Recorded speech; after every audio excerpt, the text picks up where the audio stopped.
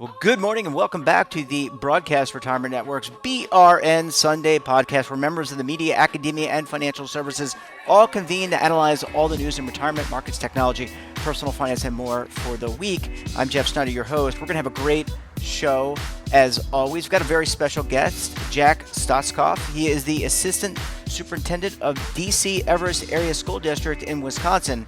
He's going to be joining us to talk about his plans for retirement and also the evolution in education for K through 12 students. You're not going to want to miss this show, so sit back and relax and enjoy this episode of the BRN Sunday podcast. Yeah. Well, let's kick off the show with a look at technology. Lots going on in the technology world. Joining me on the line, he is the Senior Consumer Products and Technology Reporter for The Motley Fool, Mr. Daniel Klein. Hey, Dan, how are you? I'm good, Jeff. It's a dreary and rainy day here in West Palm Beach. And likewise in New York City the day we're recording this. And look, I guess we can't always have beautiful, beautiful days, but it certainly helps lift the spirit when you see beautiful weather. You can get outside, you can go for a walk. It makes you feel better overall. I was hoping to take a swim after this. Not going to happen. Well, you could do it in the bathtub. You assume a bigger bathtub than I have. That's true. That's true. Well, maybe eventually they'll open up some common areas where you are. So let's jump right in. Lots going on, as I alluded to in the start of the show, to technology. And I know you wanted to talk about a couple different things, podcasting and also Walmart going cashless. So contactless, excuse me. So cashless would be good too. But which do you want to start with? Yeah, let's talk Walmart. So one of the things we've talked about a lot here is how some technology is being pulled forward. I think it's fair to say that we are always moving towards a world where checkout doesn't normally have a person, whether that's the Amazon Go model where literally it's registering the items as you put them in your cart, as you leave the store, billing you on a credit card, or it's just the simple Target checkout where you're doing self-checkout. Walmart is looking at both of those models. And again, this was going to happen, but I think the pandemic has pushed people to look at those models sooner. So something that was already in the works looks much more likely to become sort of the norm. Yeah, that's makes a lot of sense. I know we talked about it this week on the show about PayPal going contactless, and I guess in a post-COVID world, even though we don't have a vaccine, it's all about, hey, I want to keep my hands clean. I want to keep them to myself. And how do I do that best? And that means not touching things. I don't even think it's so much about that. I think that's the reason right now that we're doing it. Mm-hmm. But the reality is whoever said, you know what I'm excited about? Going to the grocery store, waiting in line, having to take all my items out, and then having someone put all the items back in a bag and having to put those bags back in the cart. That's horrible. That's not an efficient system. So anything we could do to break that model, imagine if all you have to do is go into a store with your bags, put the items in your bag as you go, leave the store, and your credit card gets charged. That's not necessarily how Walmart's going to do it, but that is how Amazon is doing it. And that is the future. That future makes more sense because we don't want to touch each other right now. But it really is something that made sense even in a post-vaccine, a post-COVID-19 world, because you want to make the shopping experience as pleasant as possible. You're competing with, I go online to Instacart or Amazon or Walmart, and I place an order, and that order shows up at my door. At the moment, it shows up outside, but normally it shows up at my door. That's a really easy model. So the grocery store has to figure out how to eliminate pain points. Yeah, I mean, are you envisioning this where there's scanners in the ceiling and you pull, say you pull a squash, and the squash has a barcode, and then you put it into your bag, and because you put it into your bag, you go to leave the store, and it just kind of senses what you've got in your bag, and you get paid for, and it goes directly to your charge card. It's a bit of a challenging model in a full grocery store because the Amazon Go stores are selling packaged items. So everything has a barcode. Everything could have an RFID chip. It's a little difficult when you're buying, say, a squash where you're paying not necessarily by item, but by weight. So there's going to be some technology that has to go into this. There might be an interim step, like you're putting your squash on a scale and it's speaking to your phone or something like that. Or maybe they'll have to move to a different pricing method. But yeah, I do in the next few years envision, and Amazon is going to open full grocery stores, so they're going to figure this one out. I do envision a world where all you do is shop. You can look down at your phone and see what your running total is. You don't have to check out. There's very strong theft prevention as part of this because Yep. any item on your person is going to register. Yep. So the unwitting, you put the paper towel rolls on the bottom of the cart and forget to wring them out, which is sometimes, you actually forgot. Sometimes you're stealing paper towels. That's not going to be a thing anymore. And cutting theft will actually lower prices because that's actually a pretty big problem in a lot of stores. I don't know how quickly it's going to happen, but this is going to accelerate this type of payment method being the new normal. I know that with all my younger friends, they use Venmo for everything. So if I go to dinner with my coworkers, I'll be the oldest person there by 10 years at least, and nobody will have cash. Everybody will pull out a credit card. I'll be frustrated and just pay the bill, and everybody will Venmo me their $15 or $20 later. That is the future. That is the future, Dan. And look, I don't think it's just your younger workers. I use Venmo. I use Chase Quell, whatever it is. So, I mean, I think a lot of people are starting to move in that direction, and it makes a ton of sense. Dan, I want to shift gears to podcasting because we're on a podcast. You do podcasts. Joe Rogan decided to deal with Spotify for $100 million to license his podcast, or whatever, however you want to term it, on Spotify. It seems like podcasting, everyone I know podcasts, you talk to people, they're not even listening to terrestrial radio.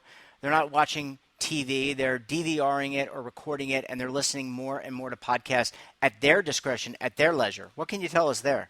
Yeah, I think right now the challenge is if you're in the streaming music space, like say Spotify is, it's a very difficult space to make money. $9.99 subscriptions split with the artist, split with the label, doesn't leave a lot of money to operate. Whereas podcasts are an advertising-driven model. So if you, as Spotify now owns The Ringer, the Bill Simmons podcast is incredibly popular. It makes a ton of money. Your ability to either make some shows exclusive so people have to go to Spotify, that drives membership to the brand, or put the shows everywhere and sell advertising against it. And now Apple is literally making Spotify money, and that's a good thing. But that said, all of the name brands are being bought up. I'm actually surprised at the Motley Fool, or all of our business podcasts are in the top 5%, that we haven't been approached, to be an exclusive somewhere. Any name content is being signed, and it's sort of like, you remember the days where Sirius and XM were separate companies. Nobody knew which one was going to win, and well, Sirius signed Howard Stern, and Sirius won, and the two companies had to combine. Yep.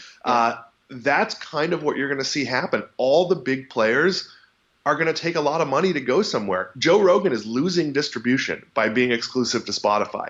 He's not going to be on Apple. His YouTube channel is not going to have full episodes of his show. He's taking the money in exchange for a smaller audience, which in his case is generally not the best deal long term, because when they go to renegotiate your deal, they can then say, well, you only have this much audience. We're only going to pay you $60 million this time. But in the short term, he's guaranteeing himself a really big payday. Is $100 million really a bad deal, though? Because I would take look, if someone is listening, if Spotify is listening, I will take $100 million and you can do for BRN Sunday, and we can work out a deal. And I will continue podcasting infinitum. So it's not a guaranteed $100 million. It's a rotating deal between 10 and 100 million, depending on how he produces. But even 10 million, he's locking in revenue as opposed to being subject to the whims of advertising, to the whims of listenership. So is his upside probably lower than it would have been? Yes. But he no longer has to deal with it. He doesn't have to worry about working with the company to sell ads or doing any of those things. He gets to just focus on producing a show, and whether he makes 10 million or 100 million, and we don't know. Does he get a separate production budget? Are other people on the program being paid? Probably he has to pay his producer and other people out of that money. But still, these are incredibly lucrative deals. Look, The Ringer sold for $300 million, and they're indulging them by allowing them to continue the written content side, which is incredible product, but not all that monetizable for what they're spending. And they're going to roll out podcast after podcast because they know how to do it. And I'll say, hey, Bill Simmons, The Ringer, if you're listening, we're available. Yeah, absolutely. Count me in. I don't need $100 million. I can, I'll do fine with 7 figures. 1 million is fine, Dan. I don't know if I speak for you, but I know I'd be very happy with that. Dan, just when it comes to consumables, I kind of did this, my lead into talking with you about this particular topic. It just seems that this is, we talk about cutting the cord. More and more Americans, more and more people around the globe are cutting the cord because people want things on their terms. They want to be able to select shows and things that they want, and they want it at the time that they want it and the day that they want it. Is the future a hybrid between podcasting and television? I mean, you know what I mean, like broadcast. Yeah, so I think there's going to be a few different models. So you obviously have the high-end television. You and I cannot produce The Watchmen. No. That no amount of backyard production or know-how will produce that high-level show.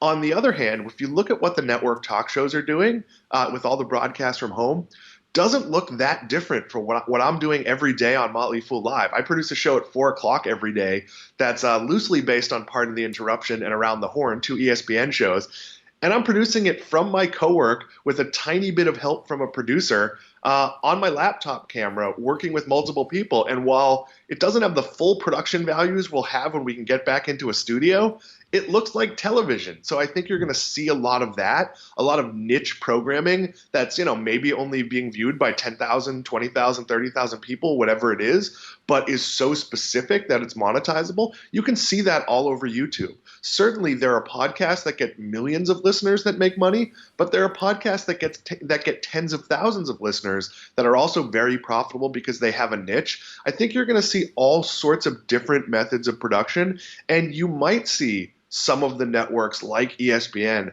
recognize that they could do shows cheaper, that they maybe don't need the 70 people in the studio to produce a show that's 2 guys talking with each other.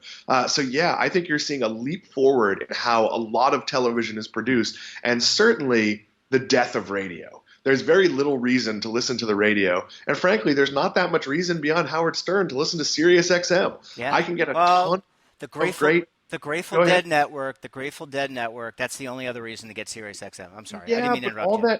all that music is available, and I That's true. understand it's curated. And I'll listen to the Springsteen Network if Springsteen is on, or if there's certain shows I like, or when they did Tom Petty Radio and they had different people talking about the music. There's, of course, look, I listen to Mad Dog Radio on Sirius XM. I am a subscriber, but I question my subscription when I look at my podcast app and see, wow, like I've got like 30 podcasts backed up that I'd like to listen to. Yeah, I think this is the future of content. People need to embrace it. And I want to go back, last comment I'll make, and then we'll have to wrap the segment, Dan, and I'll give you 1 minute. But I think this is where the financial services industry, the financial media need to embrace this new technology and to reach people and to not to sell, Dan, to educate people so that they're buying things that are appropriate to them, so we can get to a society where people are financially independent and secure. Your last comment. I fully agree with that. And I think one thing that has to be worked out is the advertising model. So if you listen to podcasts, you're going to hear the same ads for MeUndies and Harry's Razors and other. I think you're going to see more embedded advertising where the sponsor of the show is something that fits the ethos of the product. So it's something that the host, the show, the network, whatever it is, would be supportive of. So, and I'm just making this up. Let's pretend, you love Zoom and you record. We don't record on Zoom. We record over Skype. So let's make Microsoft. Let's pretend you really believe in Skype. They know you're recording there, and they decide to sponsor. Well, that's a very natural sponsorship. It's the platform you're using to record. It's not awkward. Like if we were on video and you cut to me and you and I were both drinking, RC Cola, which nobody actually drinks. So I think you're going to see. I don't think RC himself drinks RC Cola. You're definitely going to see some challenge with what the ad models are, how it works, how we monetize, and whether you monetize. We no longer run ads in our podcasts at Motley Fool. They're much more a branding exercise than a monetization exercise. Yeah, very interesting. It's a ever-changing, it's like everything else, ever-changing, evolving, And you're right, technology is pulling things forward. Dan Klein, always a pleasure chatting with you. Look forward to chatting with you on the network later this week. Thanks, Jeff. I'll see you in a little while. Bye-bye. Welcome back. Now we're going to talk retirement.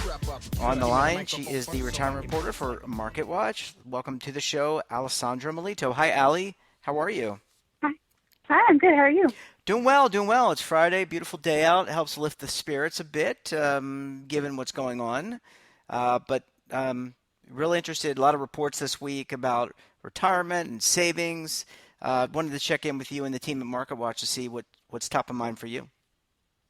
Yeah, so a few things. But the story that I did most recently was about Susie Orman, so the personal finance celebrity who, has countless books and various talks about personal finances. She came out the other day in a podcast and said that people should really stay away from traditional retirement accounts and stick with Roth accounts. And she said the reason for that is because Roth accounts are funded with after-tax dollars versus traditional which are funded with pre-tax dollars. And the tax rates are so favorable these days that you would be crazy, basically, to do a traditional account. Because usually what happens, which I know you know, but just for to give the context, sure. With a traditional account, you are funding that account with pre-tax dollars, but at withdrawal, you will be paying the taxes on that, versus Roth, where you pay the taxes on the contribution now, and then when you take the money out, it comes out tax-free. So what she was saying is everybody should be sticking with Roth accounts because the fact that tax rates are favorable now, you're not going to see that in like 5, 10, 15 years when the tax rates increase. And when they increase, then you're going to be, paying more eventually. So I spoke with a few financial advisors about that, and just like with everything else in finance, personal finance specifically, there's never a one-size-fits-all. Nope. And you really have to look at it from the individual perspective. But still, they gave me some pros and cons about, why you might want to be with a Roth, why you might want to be a traditional, and, just how to make those considerations. So let's see. So for Roth accounts, people who benefit from Roth accounts specifically, well, at least for the most part, are people who are younger, who are just starting out their careers. Those people are, they're typically not making as much money, so they're in lower tax brackets, and, therefore they would be paying the lowest rate possible for their contributions. And if their income increases, which, typically that's what everybody strives for as you get older and more experienced, then they would be in a higher tax bracket, and then they would be paying more, regardless if they're doing Roth accounts or traditional accounts. But you're going to end up paying more in 10, 15 years. So they really obviously benefit from that. And there are advantages to Roth accounts, like for example, you can take out contributions. You could take money out that are from your contributions because you already paid tax on that. You can't do that with the earnings on the account, but there are all those complicated rules like the 5-year rule, 59.5, all that stuff. But for the most part, if you put money in with a Roth account, you could take that piece out, which is nice if you get yourself into a situation where you might need to draw down some assets. You wouldn't be paying tax on that. So advisors were saying, those are the benefits, and obviously the tax rates are pretty good right now. It is kind of like a deal, and who knows what the future holds. But still, it doesn't mean that Roth accounts are for everybody. And traditional accounts do have their own benefits. They're very good for people who are in high tax brackets today and expect to be taking out money when they're in lower tax brackets. Which once you get to retirement, your income is typically going to decrease because you're not making the same salary that you made right at retirement. So you have that going for you. Traditional accounts also, because they are funded with pre-tax dollars, there's more dollars in the contribution, and that grows over time, with compound interest. So you have more money snowballing for a longer period, for the same amount of time, which is obviously lovely. I mean, obviously you're going to have to take that money out. I mean, when you take the money out, you're going to be taxed on it, but there is more money growing at the start as opposed to Roth, which you already pay the taxes, so it's a smaller, technically, contribution. And there are tax advantages to traditional accounts. Traditional accounts allow for tax deductions based on, depending on your income, while Roth accounts do not have that. So it is a way to lower your taxable income come tax day, which is a nice little advantage. Advisors were saying overall, there are benefits to Roth accounts. There's nobody denying that, but it doesn't necessarily mean that they are like the end-all, be-all for retirement savers. And you should really look at your own personal situation and what you expect to see in the foreseeable future. Obviously, you cannot predict the future, but at least you can kind of give yourself an idea, like, ideally, what would you end up with income-wise at distribution? Like, what are, how does that potential tax rate in the future compare to where you are right now? And look at specifically the taxation of these accounts and distributions, because it's crucial to what you actually end up with when you retire. Yeah, I think it's a stimulating conversation. I think it's important for people to consider all ramifications of either paying taxes today or paying taxes in the future. And these are important things that, just important concepts that everyone needs to weigh when they're making decisions. You can have a Roth inside a 401k plan or a 403b or 457 plan, but the matching contribution would still go in pre-tax. So, I totally understand what she's saying. But a good reminder for people. And there's a lot of literature out there, a lot of information, which of course you can find from MarketWatch and among others, about how to make the right decision for you, and certainly consulting a financial advisor who can work in your best interest is probably very important as well. Allie, the other entity that really likes the fact that people go into Roth contributions first. Do you know who that is? No, who? The government, because they get their payment first. Before, and they don't have to wait for it. I had some advisors saying that. Yeah, that's funny. Well, Allie, it's always a pleasure chatting with you. Really interesting story. Susie Orman is one of the most well-known financial advisors in the country, and when she talks, it's like E.F. Hutton. People listen. Have a great weekend, and we'll talk to you again very soon. Yeah, talk to you soon. Bye-bye. Welcome back, and we've got a really great special guest this week. I am joined by Jack Stosskopf Jr. He is the Assistant Superintendent for the D.C. Everest Area School District in Wisconsin, and the good thing about Jack is that he's going to be retiring June 30th. Jack, thanks so much for joining us on the program today. Thank you, Jeff, for having me. I appreciate it. Yeah, it's great. I'm so glad that we could connect. Congratulations on your pending retirement. I know you're probably very anxious. I know you're in the process of transitioning. I wanted to start things off, maybe if I could. So much has happened across the United States and the world with the pandemic. COVID has really found its way into so many areas of our lives, a lot good and a lot bad. You and the school district have transitioned to online learning during this time. How is that going? Can you tell us a little bit about your experience? Well, sure, Jeff. This is my 37th year in education, and we've never come across anything like this in the past.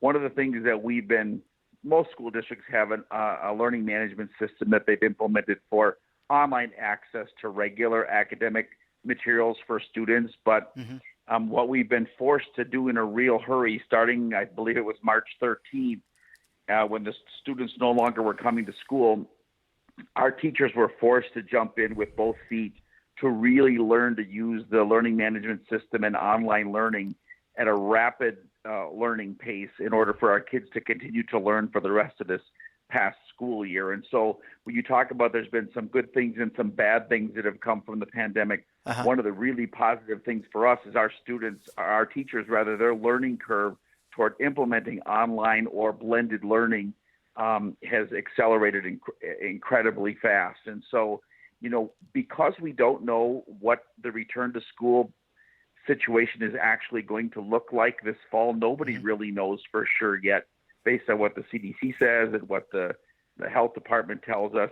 Yep. We're in the process of having 5 or 6 different plans in place, but at least we'll be in a little better place if we have to do some online or blended learning. Yeah, it sounds like you guys were really ahead of the curve, for lack of a better term, in terms of implementing this, and kudos to you. And I'm sure the parents of these students are probably very thankful. I always say, outside of the first responders and the people in the front lines, police, firefighters, healthcare, emergency personnel, people helping all these people who are COVID patients, the parents really have had a kind of a tough go, because they've had to remain parents, but they've had to do their jobs in a lot of cases, but they've also had to be parents. So I think they're probably, at least in your district, thanking you. Well, absolutely. And a couple things have occurred. First of all, I think there has been nationwide a new level of respect for the work that the teachers do every day, because parents are like, these kids are home all day and we're trying to help with their learning. And my gosh, how do you possibly do that with 25 or 30 kids? I'm having enough trouble with 1 or 2. So there's been a new level of appreciation for what the teachers do. Yep. The other piece that's been a challenge is the elementary kids, especially, not so much the secondary, but these families where both parents are working, daycare has been a major issue. Daycare, combined with continuing to do some sort of learning from March to the end of the school year, has really been problematic for a lot of parents and really challenging and difficult. And so we could not have the same level of expectations for our students from March 13th to the end of the year. We try to keep things as rigorous as we could and expectations as high as could be, but knowing full well every kid is home in a very, very different situation. Some are home where there's a parent there with full support with their academic learning, and some students who are home alone, who are lucky if they had breakfast or lunch and weren't able to do very much at all. So we were really lucky in DC Everest. We're a one-to-one district with iPads. And so all of our kids were able, every single one of our 6,000 students was able to go home with a device. About 4 or 5% didn't have internet connectivity. So we put hotspots in those areas, a couple trailer parks and a couple outlying areas. We installed hotspots so that all of our students were able to access the internet. And if they couldn't, there were a couple school parking lots they could come to for temporary access if they needed. So that was a real benefit for our students to stay connected. Yeah. Well, kudos to you and the team in the district, the school teachers, et cetera. So, you, as I mentioned in my lead-in, you are retiring now, or not now, but on June 30th. And I can't imagine that this event was the way, you wanted to kind of see yourself retire. But I wanted to get, your reflection. You spent quite a bit of time in the school district. I wanted to get some areas of reflection from you in terms of how you've seen learning change over the last several decades of your tenure, how you've seen teachers grow, et cetera. Because I know you just had a real growth spurt the past couple months, but I'm sure you've seen a lot of great transition over the past many years. Yeah, absolutely. I started out as a junior high school math teacher for 3 years, and then I taught 5th and 6th grade for 18 years in the Stevens Point Public School District, and then I went on to be their district technology director for 5 years before I was the assistant superintendent there for one, and then finishing my 10th year at DC Everest as assistant superintendent for business. And I guess one of the things related to your question is, usually people who are in the business offices are the bean counters and making sure the budgets are balanced and bills are paid. Yeah. But coming from being so many years in the classroom, bringing the perspective of, hey, I understand what we're really here for. So my superintendent's been appreciative of the fact that she's had a business manager who was a teacher before, who understands what we're really there for and not just somebody who keeps track of the money. So that's a benefit thing. But as far as changes go, it's interesting because I sometimes, and this maybe isn't going to sound very good, but there's times when I think we sometimes think we're more important than we are. And and that sounds unusual coming from me maybe, but the reason I say that is we can look at people who came through a one-room schoolhouse where you had one teacher with maybe 12 kids at 7 or 8 or 9 different grade levels, And there are a certain number of those kids who were successful in spite of the type of education they have. And I really think so much of it is a part of not that what we do in school isn't super important, because it truly is, because there's more to just the academic piece to going through school. Yep. But the support and where these kids come from home is so critical to their success. And there's a socioeconomic factor that's in there as well. But some kids will be successful in spite of us. Some kids will be successful because of us, and the connections that they've made. The connections are so critical. But, reading is reading. Math is math. We need to really focus on teaching kids to problem solve, to work collaboratively, to be able to move forward in what's more like the work environment, where you have to work with people, you have to solve problems, you have to get along, you have to compromise. Those soft skills that we talk about are so critically important. And so that has become an emphasis that was not there back in the day when I taught. When I was teaching, it was reading, writing, arithmetic, social studies, science, go to FIAD, go to art, go to music, and learn to get along on the playground. And now the emphasis towards STEM and toward problem solving and cooperation, letting kids, instead of the teacher being the sage on the stage now, let the kids design what are they interested in, what do they want to study, and then we guide them toward becoming successful in the area of their interest. That's really probably the major change from back when I started 37 years ago to now, which really I think is best for kids. If you think about it, if you have a kid who loves to work on cars, loves to work on engines, maybe loves to weld, and we obviously, literacy is critical. It's the number one thing for kids to be literate. The written and spoken language and being able to communicate is critical in all areas. But to have a kid take 4 years of social studies and 4 years of science and require 2 years of a foreign language, when those are so many subject areas where a student might have very, very little interest, why not cut some of that stuff back a little bit? Maybe give them 2 years of U.S. history and not teach them European studies, and let them spend that hour down where he or she really wants to be, which is fixing cars or learning how to change brakes or how to weld. And so moving in the direction of meeting the needs of the interest of the kids, and yet still having some base things that we require, I think are critical. Yeah, it sounds like it. And it sounds like, that more customized approach to suit the personality of the student is probably a better roadmap for success. Jack, as you look out into retirement now, what are you thinking of doing? How are you going to keep yourself busy? I mean, what do you plan on doing once that June 30th date comes and you are now off into the sunset? Well, my wife is a teacher as well. She's got a couple years to go. She's a little younger, so she's going to work a couple more years before she retires. And we have a really nice little cottage on a lake up in northern Wisconsin, so I'll spend the first couple weeks there. My son lives up there in the summer. He's a college student, and so I'll spend some time up there with him in the summer. Mm-hmm. And then I have one of my hobbies has been to teach financial literacy to the people at the DC Everett School District. I put on a professional development series entitled No Longer Living Paycheck to Paycheck, and it's been so well received by our staff because there are so many people who are really I hate to say it, but they're financially illiterate. And so we call it part of our district wellness program, because financial wellness is a critical part of physical wellness and overall wellness, because somebody who's unhealthy in the financial area of their life, it affects so many other areas of their life. And so I've put together a series of 4 sessions of No Longer Living Paycheck to Paycheck, where we talk about debt reduction. We understand what a FICO score is and the value of having a good FICO score. We talk about calculating your net worth. We talk about spending leaks. We talk about reviewing your insurances and emergency funds and making some plans for your future. All the things that the basic financial literacy pieces.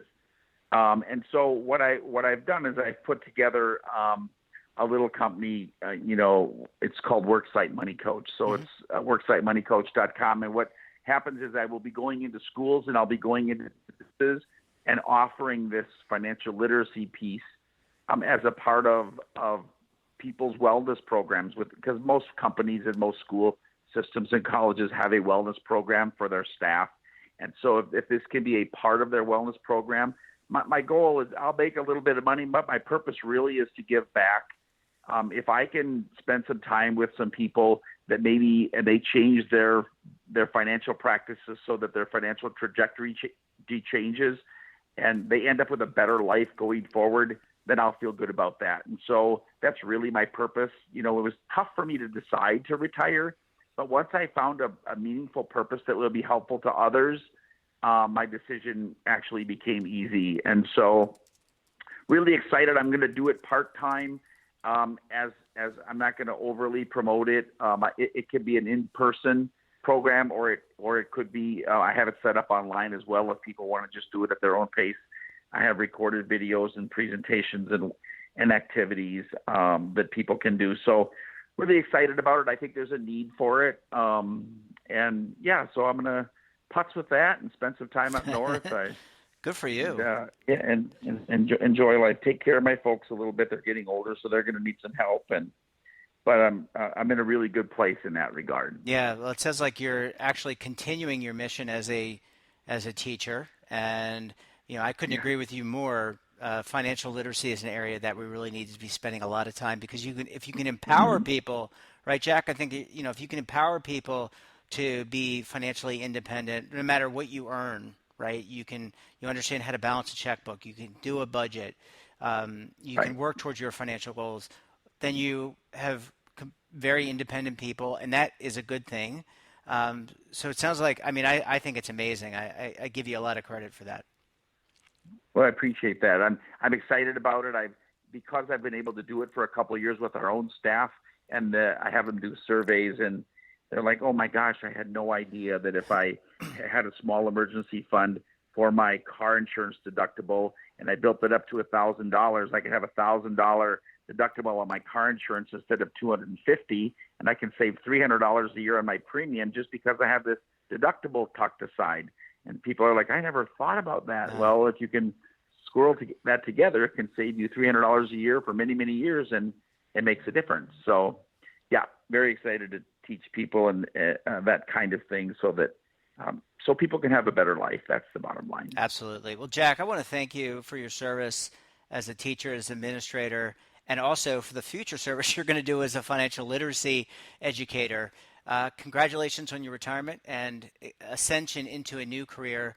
Thanks for joining us on the program, and we wish you all the best of luck. Thank you, Jeff. I've enjoyed our conversation. I appreciate it. Welcome back. And now we're going to shift gears. Welcome back to the show, Natalie Walter. She's now a business journalist with the Dallas Morning News, and she's still in the graduate program for the Walter Cronkite School of Journalism as well. Natalie, great to have you back in the program. How are you doing? Thank you. Glad to be back on the podcast. It has been a while, and I'm doing good. I'm still working from home, but we're still getting some good stories done. Yeah, absolutely. I know I've been checking out the site regularly. Lots going on in the business world, both nationally and in the Dallas-Fort Worth, Texas area. So what's top of mind for you this week? So we had actually a very fun, sort of lighthearted, feel-good story, which is always nice to have, and especially now with a lot of hard news coming out this year.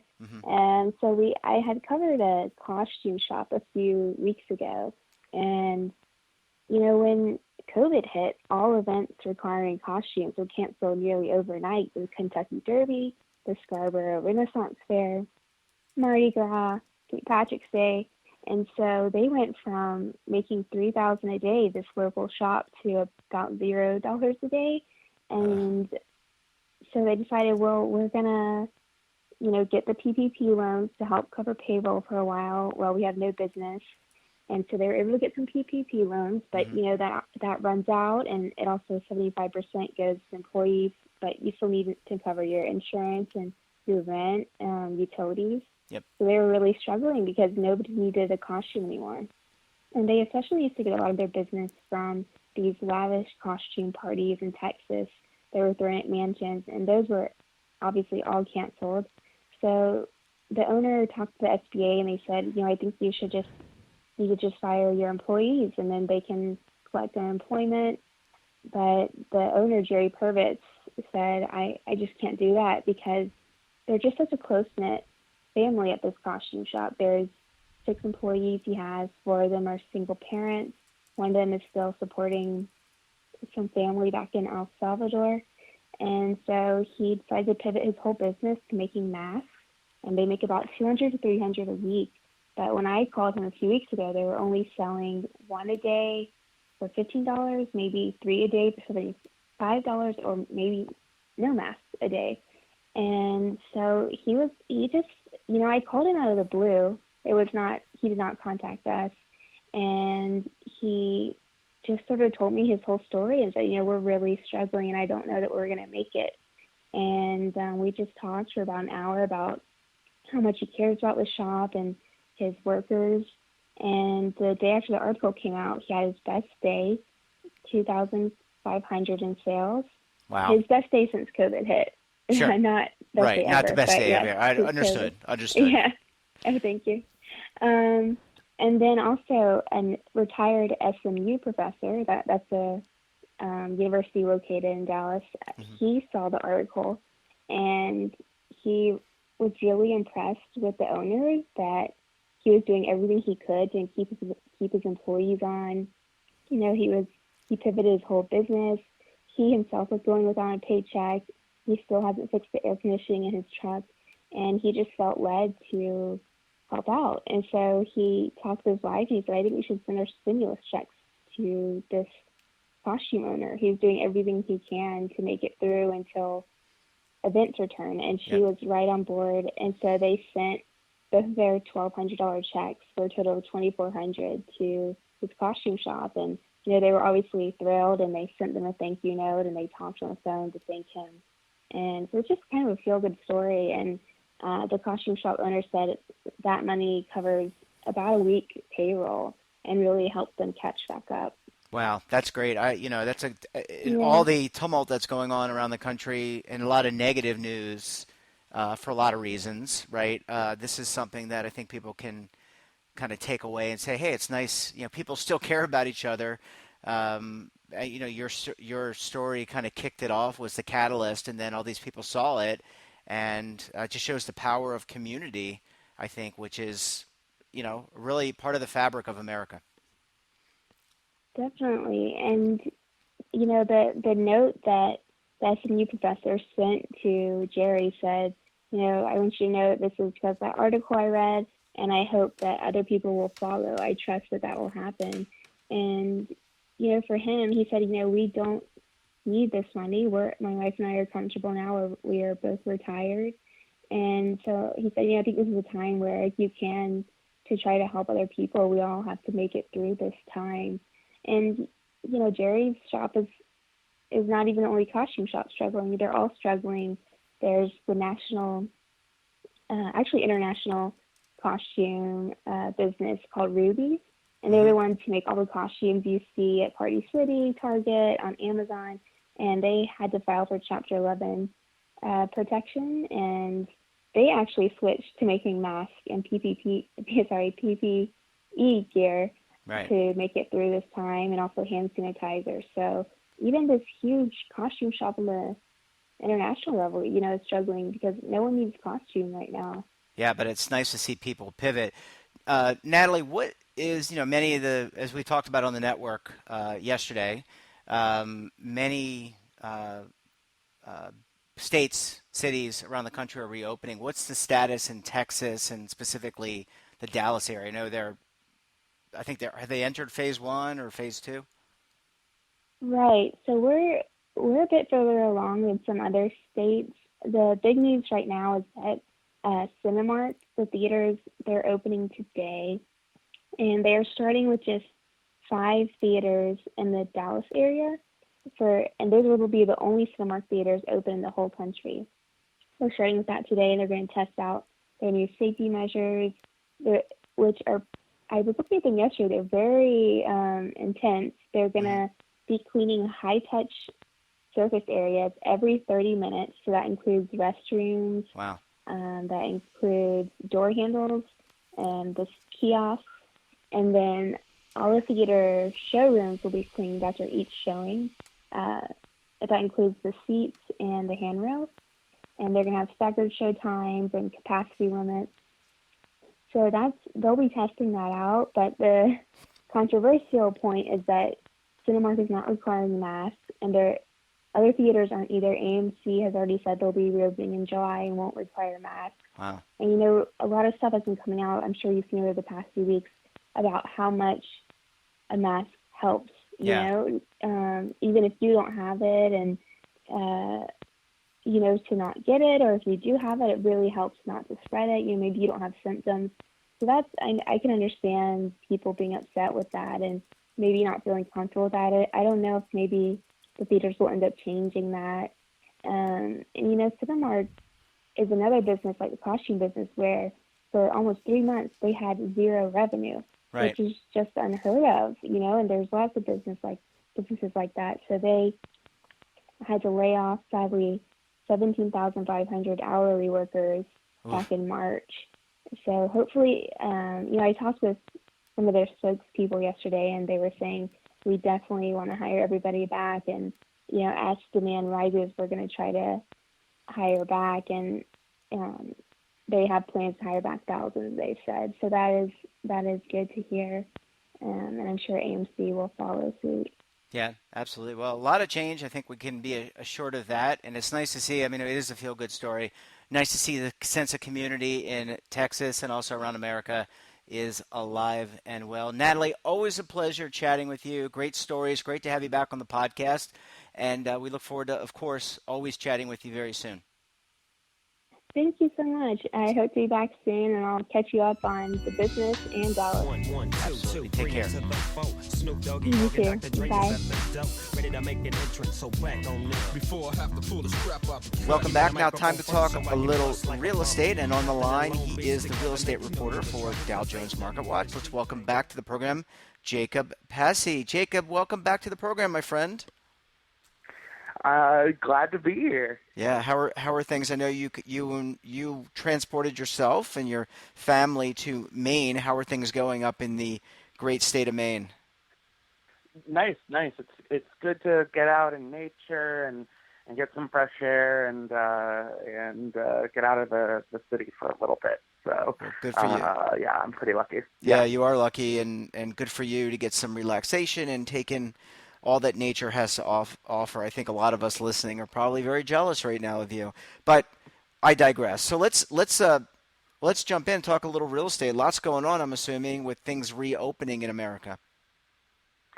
Yeah. So one big story this week for me was first of all talking about mortgage rates. They hit another all-time low this week, according to Freddie Mac. The average for the 30-year fixed rate mortgage was 3.13%. So getting down there, getting close to 3% Wow. as an average. But one thing that kind of came up this week, with folks talking about mortgage rates is that, you don't necessarily want to sit on the sidelines for too much longer. And I say that because mortgage rates are very responsive once again to the markets. There was a period, I think you and I have talked about this, there was a period where rates kind of weren't moving in tandem with the bond market and with the stock market because there was so much disruption in the mortgage industry with so many folks requesting forbearance because of all the economic turmoil in the country caused by the coronavirus. So as a result of that, mortgage rates kind of were artificially high almost. Mm-hmm. Companies didn't have an incentive to drop them because their own balance sheets were so messed up by all the forbearance going on. That's still the case to some extent. There's still many Americans who have requested forbearance, continue to request forbearance, but the industry, has gotten assurance from regulators that they'll receive financial assistance should they need it and things like that. So we're getting back into, the kind of normal scheme of things. So rates dropped this past week because there was a lot of influx into the bond market because of the turmoil in the stock market last Thursday, Mm-hmm. or I guess by the time they listen to this, it would be 2 Thursdays ago or whatever. Yeah. But the markets are basically in this state of flux because of the coronavirus. There's a lot of debate as to whether things reopen too fast here in the U.S. You're seeing spiking rates of infection, in the Southeast, the Southwest, and that's, giving cause, that's cause for concern for, market participants because, the economic recovery might take longer if things have to shut down again because of, rising levels of infection. Yeah. I'm sorry. Go ahead. That caused a lot of. Yeah. No. Sorry. No. Go ahead. No. Finish your thought. My apologies. I thought you had paused. No. You're fine. So as a result of all that, the mortgage rates are now kind of moving more in tandem with bond yields. So the 30-year fell again. But let's say, for instance, there is some sort of breakthrough in terms of treatment, a vaccine. This past week there was news that researchers in the UK identified generic steroids that's commonly available that appears to reduce the severity of cases for the most severe cases of coronavirus, reduce the risk of death in those cases. So that's a big breakthrough. If there are more breakthroughs like that or bigger breakthroughs like that, then the markets will probably keep rebounding upward, and that will put upward pressure on mortgage rates. There won't be the same incentive. Even though the Fed has said they're not going to raise rates probably until 2021, 2022, mortgage rates follow long-term rates. They don't follow the short-term rates that the Fed sets. So Fed policy is a little bit separate, and so because of that, mortgage rates may shoot back up even before the Fed decides to raise rates again. So do you think, Jacob, you mentioned this in your remarks, we're reopening the country. I think here in New York we are going to phase 2, if I'm not mistaken, very soon. But we're seeing spikes, right? We're seeing spikes in Florida. We're seeing spikes in South Carolina, other places. People aren't necessarily wearing masks, so that could lead to more and using social distancing, which is what we've all been practicing for the last 90 days. I guess my point is, it just seems so very volatile. I don't think anyone knows. No one knows about the broader stock market. I don't think anyone has a feel for how this virus is going to play out, and therefore that uncertainty really follows through and dominoes down to other places like real estate, retail, etc. Yeah, no, I definitely agree with that. I think that, there was this kind of rush to normalcy across much of the country, and when that opened up, that was definitely a positive for the real estate market. The real estate market, maybe more so than any other industry, kind of rebounded very quickly because there was all this pent up demand before the coronavirus, basically put a massive delay on the spring home buying season. Mm-hmm. And even though there were massive layoffs, there's been a lot of research about how those layoffs were concentrated in industries where their workers are unlikely to be homeowners to begin with. It was service sector layoffs and furloughs. It was, retail workers, fast food workers, folks who work in hotels. A lot of these are people who are more likely to be renters, not homeowners anyway, or home buyers.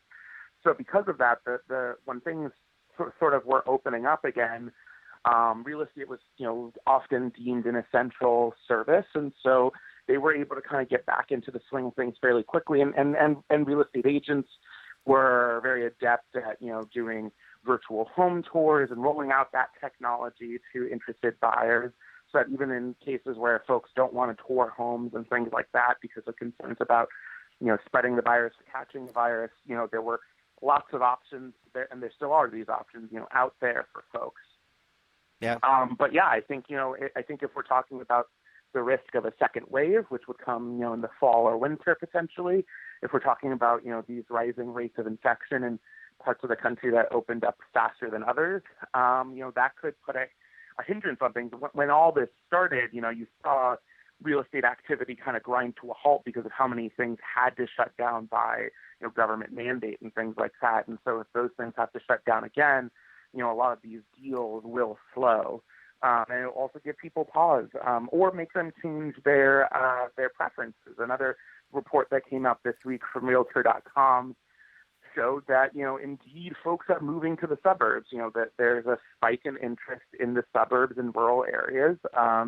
And in terms of listing views was one of the main things they looked at, and also in terms of time on the market. So homes in the suburbs and rural areas are being purchased quicker than homes in urban areas, which is an indication of, what kind of expected, which is that folks, are probably thinking, do I really want to live in a city right now if those are kind of the hot spots for this virus, or, even in terms of just having more space, if I'm looking at, we don't know how long this is going to last, like you just said. So if this is something that takes a few years to figure out, well, it might be a lot nicer to spend those few years with a backyard and space than in a townhome in the downtown of whatever city you're in. So those are the factors folks are thinking about and are definitely shaping what we're seeing in the real estate market.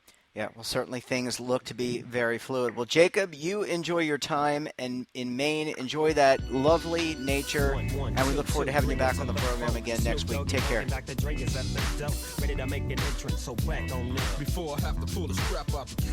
Welcome back, and now it's time to talk about what's going on in Capitol Hill, in Washington, D.C., with retirement plans and retirement legislation. And joining me, of course, are the Legal Eagles, David Levine, Kevin Walsh. Both are principals with Groom Law Group, an employee benefits law firm based in Washington, D.C. Gentlemen, thanks so much for joining us this afternoon. Hope you are having a great week. Thanks, Jeff. It's great to be here. It's Friday. It couldn't be worse. And for all you listeners, thanks for sticking in for the last segment of the Weekly Pulse. Absolutely. This is why people come to the show. They want to hear the comedy routine from the Legal Eagles. But as I digress, I know, Kevin, there's a lot we want to talk about, not of which includes missing participants. I wish we could talk about missing participants, but instead this week I think David really wanted to talk about the meaning of the ZA OMB review code. And he was saying that it was really not at all wonky. And I said, David, we can't do that. We can say that for next week. This week, Kevin, wait. Kevin, you got to just give me my moment to respond to that.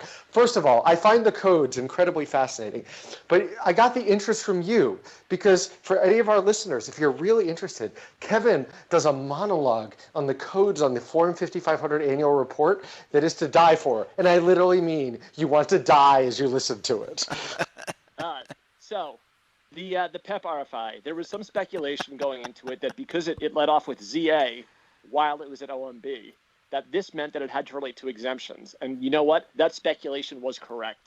The PEP RFI came out this week. The double-spaced version of it is about 15 pages. It doesn't provide a lot of insight into, where DOL is going to go with, pool plan providers.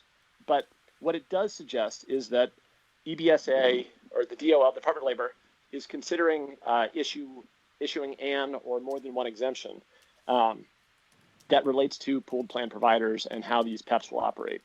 They ask a series of questions, and the comment period is going on right now, and comments can be submitted up until July 20th, 2020. So tight little window here. But kind of the key things here, they're asking, what entities are likely to serve as PEP providers? What type of conflicts will PEP providers face? Because typically in the ERISA setting, if you face a conflict, you need to have an exemption. So DOL seems to want to understand what the conflicts are. They're asking about things like, if you're a PEP provider and you're managing these multiple employer plans, is it expected that they'll use proprietary products, so affiliated products, or is it expected that they'll be using a range of products that are unaffiliated? So it's asking questions that really go at those issues. It shows that DOL is trying to be thoughtful here because, the ecosystem is going to be forming. These plans are supposed to start operating next year. I know we wish we had more guidance now, for example, how to register. I think if DOL let people register now, they'd have a better idea as to who was thinking about running a PEP.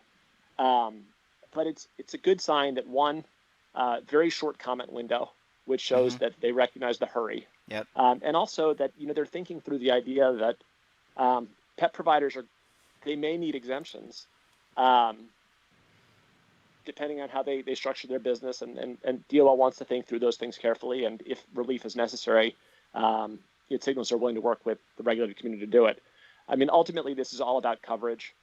If PEPs get up and running, there's a thought that more small employers will offer retirement plans because they'll be able to join these kind of, they won't have the hassle of running their own plan. So I think DOL is working hard, and Dave and I are working hard with clients to try to bring this about by January of 2021. And David, have I used the whole segment yet? I know I was going to make that joke, Kevin, but let me see if I can. Kevin was kind of verbose, so let me see if I can trim it down to basics here for our listeners. Number one, DOL is trying to understand how people are designing PEPs and the business models. There's lots of comments out there. There's different groups who have different views on this. Some people think, the existing exemption framework for if you're the pool plan provider and you also want to work investments, you can use existing exemptions. Others say, no, you need more exemptions. The DOL is saying, tell us what we need to know. They're also saying, what's the business model? Who's going to do what, when, and where, and what type of protections do we need? And I think that's kind of our key takeaway at this point. I know we're working with clients, as Kevin said. We have a bunch of people who are doing comments. We'll have to see what the DOL does, and I 100% agree with Kevin.